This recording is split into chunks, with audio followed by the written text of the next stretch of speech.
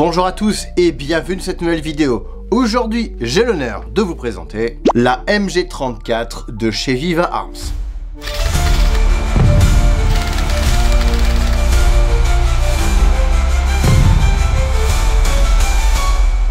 Ça fait des années que je lorgne sur cette réplique et j'ai enfin le plaisir de vous la présenter. Je remercie d'ailleurs Viva Arms qui est partenaire de cette vidéo. Merci également à Nestoff chez qui vous pourrez retrouver un certain nombre d'équipements que je porte ici. On commence par une petite présentation de la petite bestiole pour faire dans l'ordre. Cette réplique pèse un peu plus de 7 kg.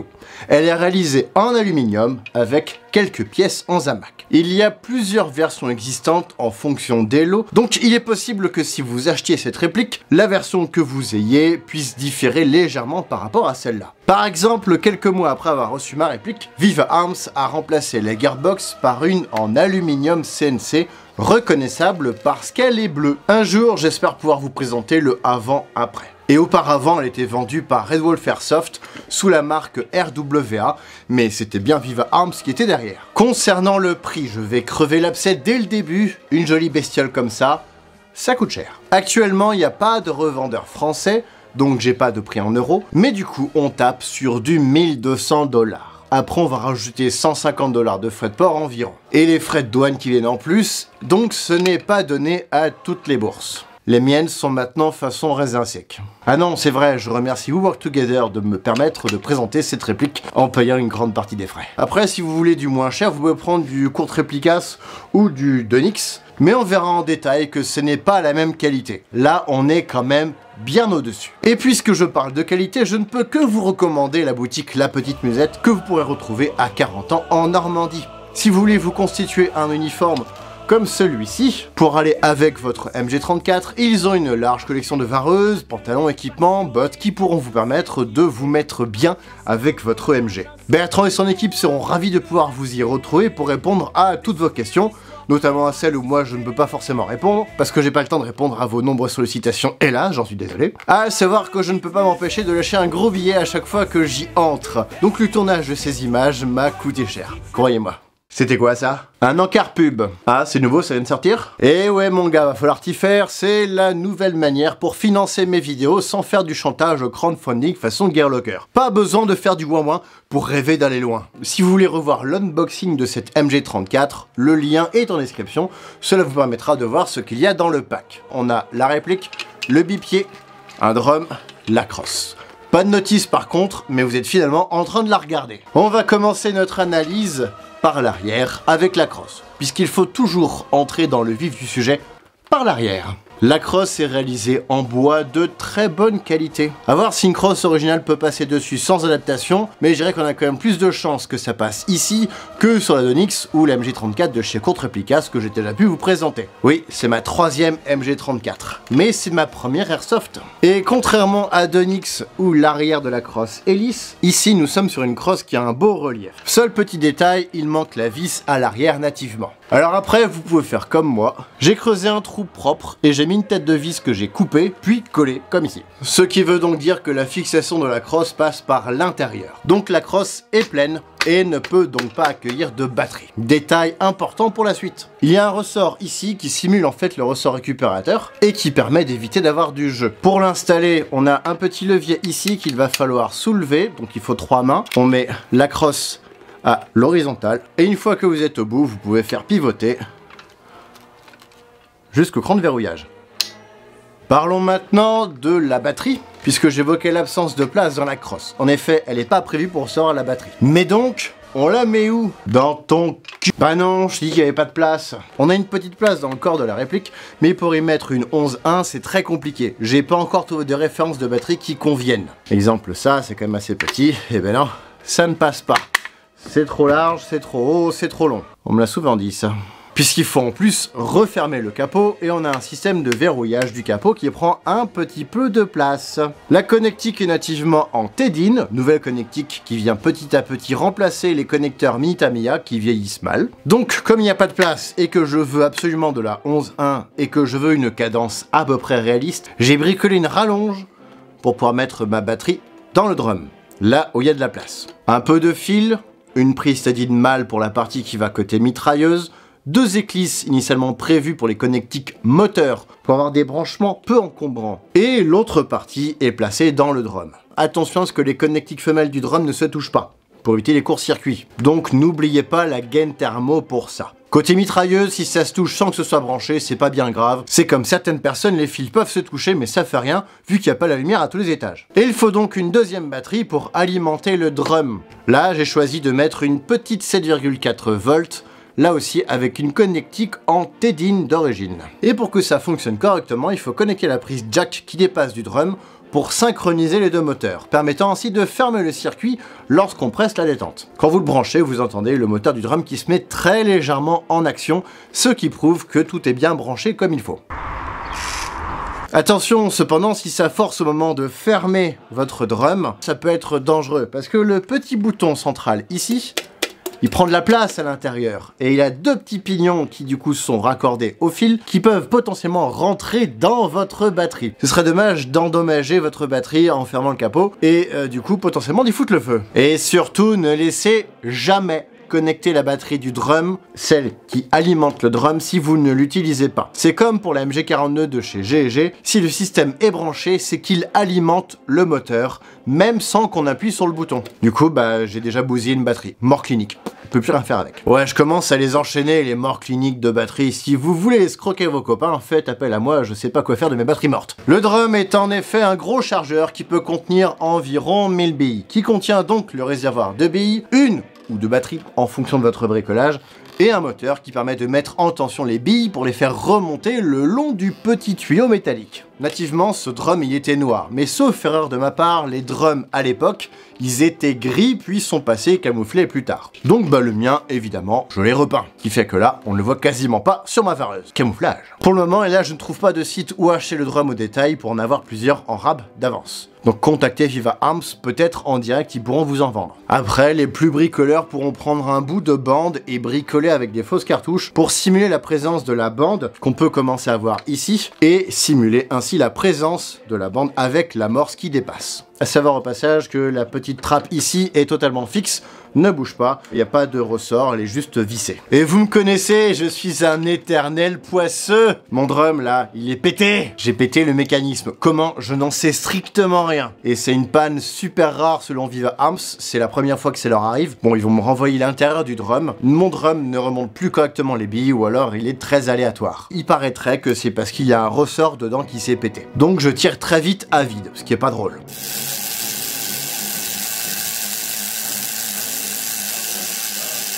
Une bande originale de munitions peut passer sur la réplique sans problème, avec l'amorce qui peut dépasser, et c'est bloqué par la gearbox quand on ferme le capot.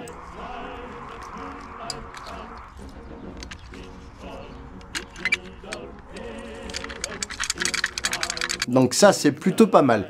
Après, ce qui est un peu dommage, c'est qu'il n'y a pas de fausse bande incluse dans le pack. Ce sera donc à vous de trouver une bande de 50, 100, 150, 200 ou 250 cartouches, ou plus si vous êtes vraiment très fort et que vous aimez trimballer du poids. Là, 100 cartouches, c'est déjà assez lourd. Par contre, inconvénient, vous ne pourrez pas tirer de billes si vous avez une bande de cartouches puisque le drum ne peut pas passer. Ni même tirer tout court avec votre bande si vous avez un bricolage comme le mien. Si vous trouvez une batterie adaptée qui passe dans le corps, par contre, ce sera ok pour pouvoir tirer à vide. Peut-être qu'un jour, une batterie miniature de 11.1 existera. Ou si ça existe déjà, je suis preneur de vos références. Bon, vu qu'on parle de tirer, comment qu'on fait pour tirer avec? Eh ben, on appuie sur la détente. Débile. Elle dispose bien de 2 détentes, mais la détente en semi sur le dessus ne tire pas.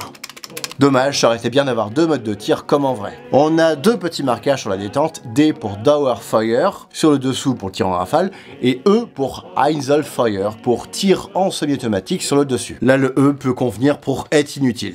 On a un petit levier sur le dessus censé être la sûreté. Il faut appuyer pour ensuite le faire basculer. Mais ici, il ne sert à rien, là encore. C'est sans doute trop compliqué de mettre en place un mécanisme de blocage de détente à cet endroit-là comme ça. Mais bon, au moins, il est là et il est mobile. Après, ceci dit, la meilleure sécu, c'est vous. Bon, non, je déconne. La meilleure sécurité, pour mon cas, c'est le drum. Je l'enlève. Ça peut pas tirer, je suis tranquille. Pas de bras, pas de chocolat. Sur le côté droit, on a un levier d'armement qui est plutôt bien reproduit, avec une vis au fond pour pouvoir le maintenir. Par contre, il ne sert strictement à rien et sa course est extrêmement courte. Un peu dommage, ça aurait été bien d'avoir un levier d'armement comme sur la Donix, un peu mieux reproduit, même si de toute façon il ne sert strictement à rien. Et en plus, le ressort il est mou.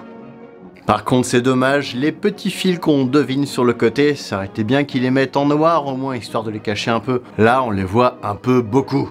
La réplique dispose donc d'un capot qui s'ouvre contrairement à la première version de la MJ34 de chez Donix, avec système de verrouillage qui est quand même bien sympa. Le ressort est cependant assez léger d'origine je trouve, et ça m'est déjà arrivé d'avoir le capot qui s'ouvre tout seul juste à cause de la vibration des tirs. Par contre ne pensez pas que ceci va vous aider pour améliorer la fixation de la trappe. Cette vis n'est pas une vraie vis en dessous, c'est un axe qui permet d'accueillir le ressort. Si vous faites tourner cette vis là, le ressort va tourner avec et vous allez le perdre. J'avais pas de ressort du bon diamètre pour le remplacer, donc j'ai rajouté un ressort plus dur, un poil plus large, ça aussi j'ai déjà entendu ça quelque part, et j'ai mis le ressort d'origine dans le nouveau ressort, pour que le ressort d'origine serve de tige guide pour le nouveau ressort plus raide que j'ai pu mettre. Voilà ce que ça fait quand je réfléchis un peu, putain Jean-Michel astucieux quoi. Et on peut enlever le capot en appuyant sur l'axe latéral ici, qui est monté sur ressort. C'est vraiment bien fait comme système, hein, ça il faut l'avouer. Par contre pour refermer le capot, avec les connectiques c'est un peu chiant, il faut que la prise jack ici soit sur le côté, là où on a un petit espacement sur le côté du capot. Et là du coup ça peut fermer. Bon allez, maintenant on passe sous le capot pour accéder au bloc hop-up. Pour ça il faut enlever la palette de fixation du drum qui est d'origine vissée. Personnellement, j'ai enlevé la vis, je trouve pas qu'elle sert à grand chose, ainsi je peux plus facilement accéder au hop-up où on a besoin que d'une clé Allen pour pouvoir le régler. Inconvénient, on peut pas régler le hop-up pendant qu'on tire. On est obligé de redémonter le capot, la palette pour le drum, pour ensuite régler, remonter, recharger pour vérifier. Et comme le modèle original, on a un levier présent ici sur le côté gauche qui permet normalement de casser l'arme en deux pour enlever le canon. Ici on voit que c'est reproduit, on peut même commencer à le faire bouger, mais le canon interne bloque. Il faut donc démonter l'intérieur du canon pour pouvoir procéder. Eh oui, on est hélas pas sur la même techno que sur la MG42 de chez GEG. Pour démonter l'interne, il faut ouvrir le capot, enlever la plateforme de fixation du drum, dévisser la vis hop-up, plus celle qui retient le petit tube en laiton, puis celle qui maintient le puits de chargeur sur le nozzle, puis on enlève le cache-flamme qui tient avec un ressort, lui aussi pour éviter qu'il y ait du jeu, et on peut dégager l'ensemble canon interne plus externe par l'avant. Il faudra peut-être vous aider d'une petite pince pour aider à enlever le bloc hop-up de son emplacement au niveau du puits d'alimentation. Au début, ça peut frotter un peu, surtout à cause de la peinture. Et ainsi, vous pouvez casser le canon de manière réaliste, parfait pour un display par exemple. Aucune autre reproduction aujourd'hui ne fait ça. Pour remonter tout ça, il faut prendre son temps et surtout ne pas perdre les petites vis. Je vous ai donc filmé le remontage qui est un peu plus laborieux que le démontage. Voici donc les étapes. Remettre le canon interne dans le canon externe, en n'oubliant pas le petit ressort. On glisse l'ensemble, le canon externe va guider le canon interne dans les bons trous, sinon vous allez galérer. Non, j'allais faire une blague avec les trous, mais elle est trop facile. Puis vous remettez en place le puits de chargement au bout du bloc hop-up, et vous remettez le petit tube de laiton, forme d'entonnoir vers le bas, et vous revissez la vis qui maintient ce tube. Et elle ne doit pas dépasser sur le côté, sinon ça va bloquer la suite. Puis vous vissez l'entretoise pour qu'elle soit bien maintenue sur le canon interne, et vous remettez la pièce qui fécale. Oui, une bonne pièce de merde ça, surtout si c'est mal mis. Oui, la pièce fécale, haha, vous l'avez? Encore une blague de merde. Et vous pouvez revisser la vis du hop-up, et on finit par remettre le cache-flamme avec le ressort à l'avant.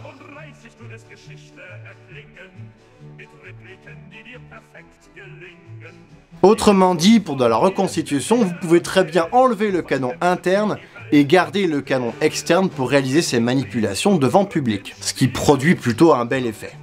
On continue notre petit tour du propriétaire. Pour viser, on a un cran de mire à l'arrière, qui en plus est réglable, et le guidon à l'avant qui lui est totalement fixe. Les deux éléments sont rabattables pour éviter de les endommager dans la position de transport. On a des graduations sur la hausse qui sont très réalistes et très propres. Sur le côté gauche, ici, on a un emplacement pour y fixer la grille anti-aérienne que je n'ai pas. Et on continue à remonter le long de la réplique. La petite bête qui monte. Le bipied à l'avant se verrouille ici au moyen d'une petite pointe. Inconvénient, il faut choper le bon truc pour pouvoir l'enlever. il y a une petite manip. Il faut décaler très légèrement les pattes pour qu'elles ne soient pas complètement alignées. Et là, il faut trouver le bon cran pour pouvoir faire sortir ces putains de jambes. Et ça me gonfle. Voilà. Quand vous êtes en pleine séance photo et qu'il y a le photographe qui attend, c'est plutôt chiant. Et donc, une fois que vous avez déplié votre bipied à l'avant, ne vous dites pas, tiens, ça pivote pas comme sur la Donix, parce qu'il y a une lamelle de verrouillage ici, en métal assez fin, sous la réplique. C'est une lame ressort. En fait, on en a une devant et une derrière, vu qu'on peut mettre aussi le bipied au milieu de la réplique. Il faut donc appuyer sur le bouton de déverrouillage pour pouvoir faire pivoter la bague du bipied. Et c'est réaliste. C'est juste Donix et Kurt Replicas qui n'ont pas reproduit cette fonctionnalité. Et on peut enlever le bipied pour ça. On déverrouille.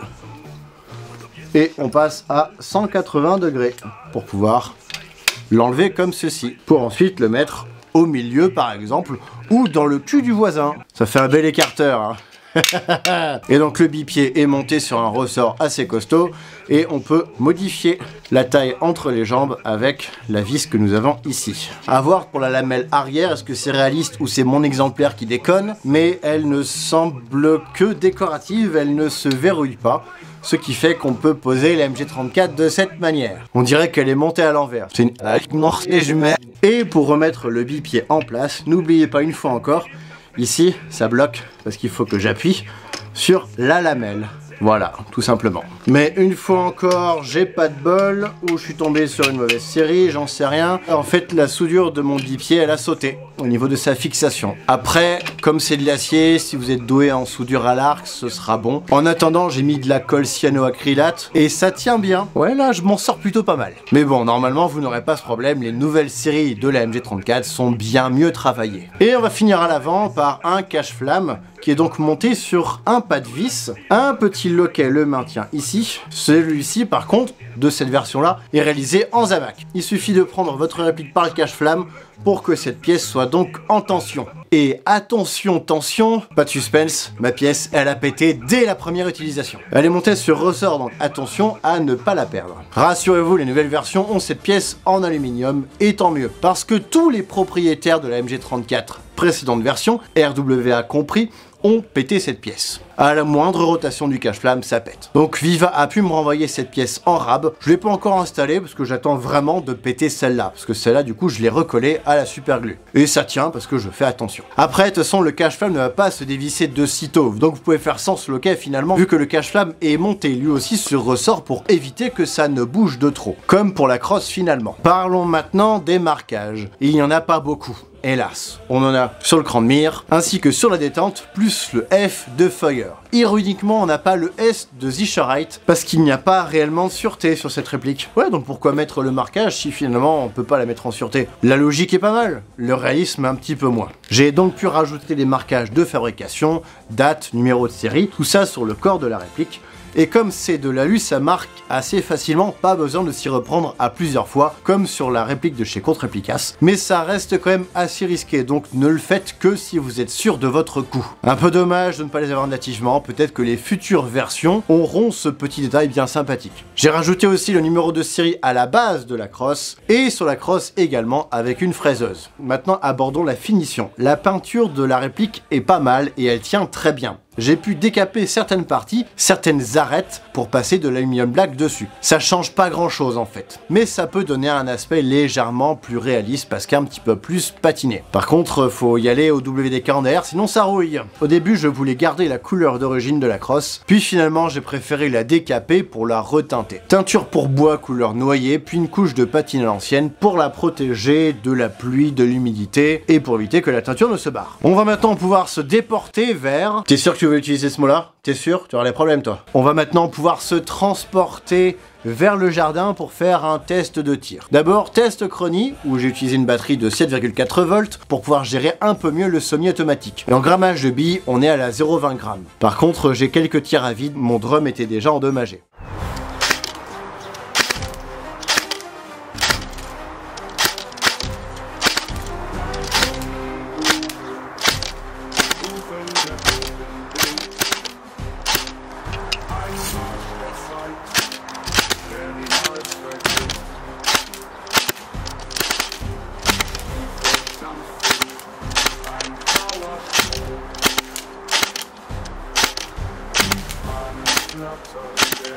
Puis on va tirer sur ma cible préférée avec de la 0,25 g sur une distance de 45 mètres. A savoir que l'interne est d'origine, je n'ai strictement rien touché. Pas plus haut le bras.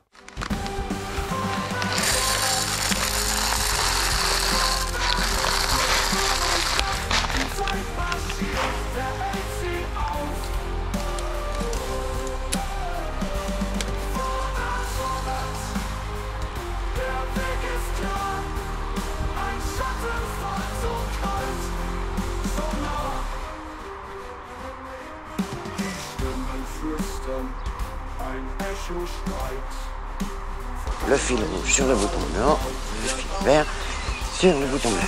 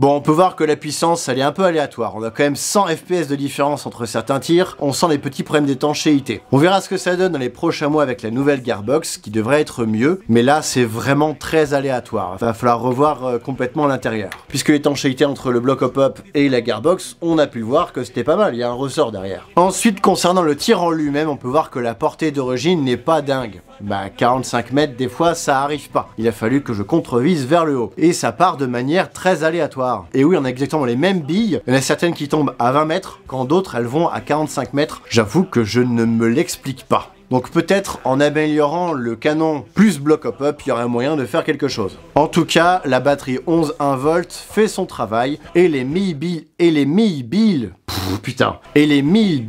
du drum, elles partent très vite. Pour conclure sur cette présentation de cette réplique qui commence à me faire les bras, on va avoir quelques avantages, quelques inconvénients. Le plus gros inconvénient reste selon moi le prix. Ça risque de dissuader beaucoup d'entre vous, surtout avec tous les inconvénients qui vont avec, puisqu'on a beaucoup de pièces fragiles à surveiller. Mais par contre, une conception tout en finesse, avec le détail du canon qui peut quand même se pivoter alors que cette fonctionnalité ne sert finalement à rien en airsoft. Là, je dis un gros chapeau à Viva Arms pour avoir développé ça. J'ai mis littéralement 2 mois à vous produire cette vidéo avec les différents bricolages, les évolutions, les différentes casses aussi que j'ai eues, mais je suis quand même très content, très fier de l'avoir dans ma collection et la nouvelle version vendue par Viva Arms devrait être encore plus efficace que celle-ci. Et pour le même prix. Et finalement, pas besoin d'être 2 pour manipuler cette réplique, vous pouvez être comme moi sans amis, vu que le drum s'alimente tout seul au fur et à mesure. Après, si vous voulez jouer le roleplay avec un pourvoyeur, vous pouvez ne pas brancher la prise jack à l'intérieur pour que ce soit votre pourvoyeur qui, quand vous tirez à vide, appuie manuellement sur le petit bouton. Oh, le petit bouton qui donne du plaisir à la MG, qui alimente un truc blanc. Ça fait penser à autre chose, mais j'arrive pas à mettre la langue dessus.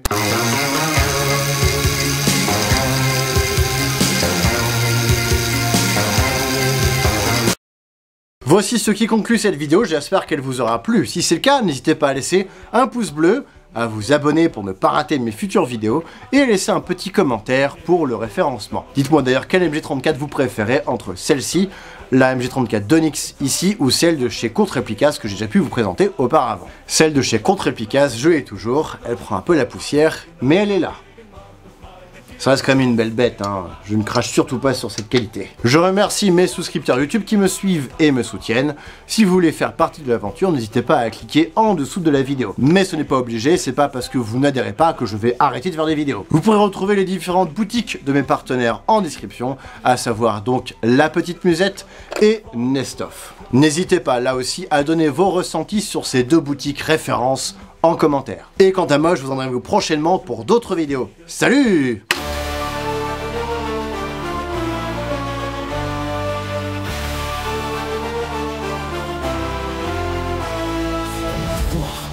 Jeu.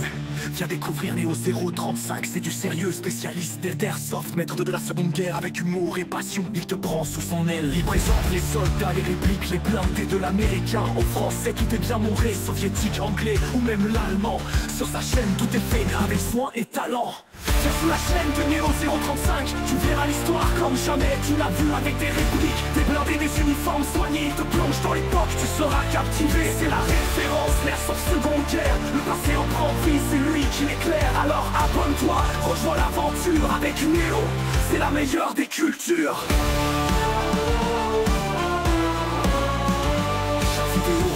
Est un voyage dans le temps, les détails sont précis. Tout est frappant, Néo te montre les armes, les tactiques oubliées, des batailles célèbres au grand moins explorées. Il recrée des scènes avec sérieux et humour, mais toujours avec respect pour le grand retour de la France à la Russie, des USA à l'Allemagne. Il te guide avec soin à travers cette campagne. Viens sous la chaîne de Néo 035, tu verras l'histoire comme jamais tu l'as vu avec des répliques, des blindés, des uniformes soignés. Il te plonge dans l'époque, tu seras captivé. C'est la référence, l'airsoft seconde guerre. Le passé en grand vie, c'est lui qui l'éclaire. Alors abonne-toi, rejoins l'aventure avec Néo. C'est la meilleure des cultures. Ils ne sont contents pas de parler, de montrer tout. Les chars, les tanks, les équipements, les fous. Sera plongé dans l'action, dans chaque détail. Néo recrée l'histoire sans jamais faillir. De l'attaque à la défense, tout est bien bon. Si vous avez besoin de moi pour tailler vos haies, appelez-moi, contactez-moi par PM. Il t'emmène au cœur de la reconstitution. C'est la chaîne de Néo 035.